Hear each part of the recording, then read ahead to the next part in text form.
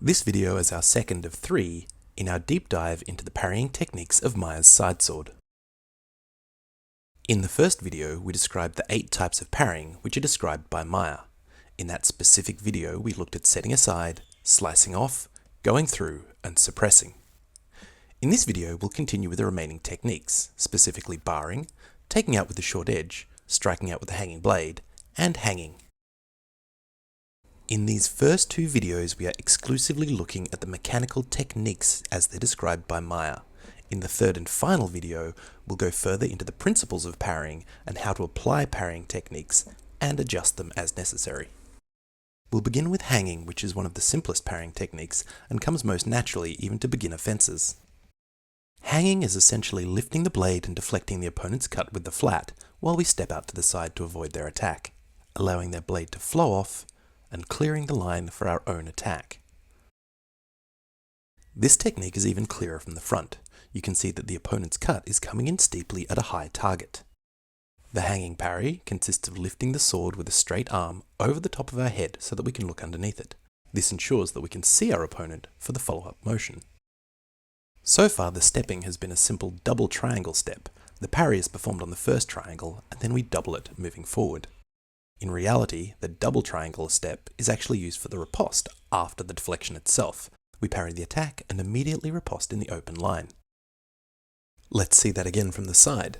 The incoming attack is parried on the flat and I immediately riposte. Notice here that the follow-up cut that I'm using is actually a Schielhau. This cut is quite specific to Meyer and isn't often seen in other sidesword systems. It's a particularly good follow-up after the hanging parry because it cuts around with the thumb on the flat, attacking with the false edge, which is a very natural movement, but can also create a structural opening in the opponent's defense. Even when there's no immediate riposte, however, we often see this type of defense being used almost instinctively during fencing matches, as you can see here. Note that the footwork is often a retreat rather than a sidestep. This creates a greater safety margin, but it does mean the only effective follow-up can be to the opponent's arm or to their shallow targets, as you can see. Another technique which uses a hanging blade position, though in a very different way, is barring. Barring is intended to protect our legs from incoming attacks. As the opponent's attack comes in, we cut down into a low hanging position with the blade and step out sideways so that we defend it. Notice that the opponent's attack is to the outside of our leg and our blade is interceding between us and them. The footwork accompanying this parry can be done in 2 ways. The first is to step aside with the lead leg to get it out of the way and then follow with the rear leg. The other option is to triangle step off with the rear leg and then move across with the lead leg. From the front, we can see that the hand movement is simply a sweeping action down into a very low hanging position. If the attacker is striking out towards your knee area, you'll find that this very often places the strong of your blade on the weak of theirs. By cross-stepping off with the lead leg, you can see we gain a slight safety margin from the opponent's incoming attack, before moving across with our rear leg to open the line to our riposte. If instead we step across with the rear leg first, we lose the safety margin, however we do gain a structural advantage. This is because we've aligned ourselves directly against the incoming force of the attacker's blade, so are better able to resist it. We can then move across the front leg and follow up as before. On the topic of follow-up techniques, one of the easiest is simply to bring the blade into an on-point position and then lunge off of that second back leg step straight towards the opponent. In practical terms in day-to-day fencing, we see this type of parry used less often than the others. The reason for this is simple. It's very easy to miss the parry altogether and get hit on the leg. A much better option is to void the leg completely and attack the arm or move to a point-in-line position. But that's the topic of an entirely different video, and we'll talk about it at another time. A much more common and useful method of using this hanging position for defense is striking out with the hanging blade.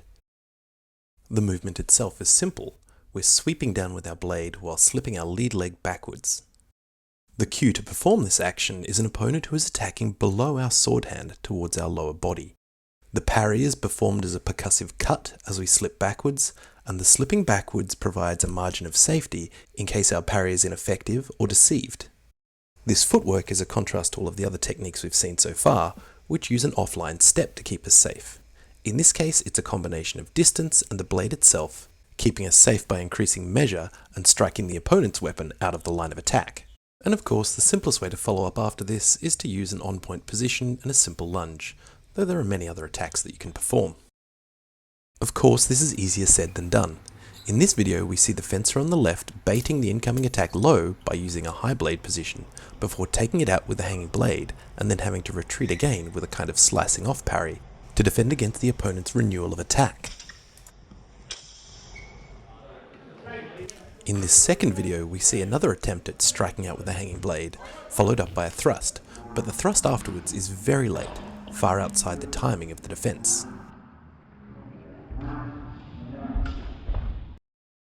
This brings us to our final defensive action, taking out with the short edge. Like striking out with a hanging blade, this uses a percussive parrying action to beat the opponent's blade aside before commencing our own attack. The parry begins in the low guard or vexel on the left. As the opponent attacks in with a cut or a thrust, we sweep upwards with the false edge, taking out their blade and knocking it to one side. This gives us an opportunity to attack downwards with our own cut if we wish to. As with striking out with the hanging blade, there is no lateral footwork involved in this movement. We stay on the same line throughout and rely on the parry to keep us safe. In doing so, we come up straight through the center line into a high vertical guard before cutting back down with our follow-up action. Because there's no footwork involved, it's imperative that we keep the guard out in front of us as we beat upwards.